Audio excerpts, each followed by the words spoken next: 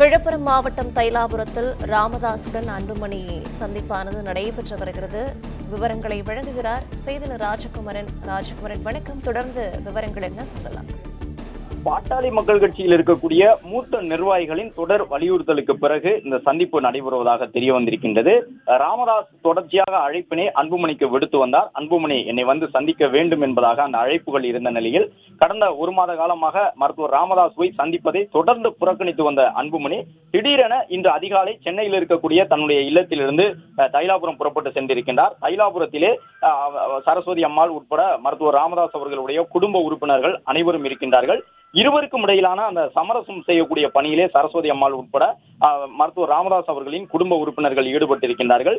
மருத்துவர் அன்புமணி ராமதாஸ் மற்றும் ராமதாஸ் இடையே எழுந்திருக்கக்கூடிய இந்த கருத்து மோதல்களை உடனடியாக முடிவுக்கு கொண்டு வந்து ஏற்கனவே இருந்த அந்த கட்டமைப்பின்படியே பாட்டாளி மக்கள் கட்சி இயங்க வேண்டும் என்பது அன்புமணியினுடைய எதிர்பார்ப்பாக இருக்கின்றது. அதே நேரம் நிறுவனராக இருக்கக்கூடிய மருத்துவர் ராமதாஸ் ஒரு சில பதவிகளை மாற்றி அமைத்திருக்கின்றார். அந்த அடிப்படையில் தன்னுடைய நிலைப்பாட்டிலிருந்து ராமதாஸ் இறங்கி வருவாரா, அன்புமணியினுடைய நிபந்தனைகளை ராமதாஸ் ஏற்றுக்கொள்வாரா என்பது இன்னும் சற்று நேரத்தில் தெரிய வரும்.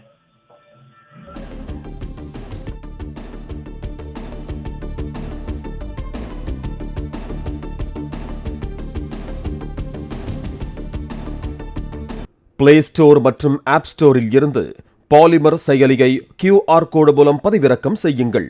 செய்திகளை உடனுக்குடன் பெறுங்கள்.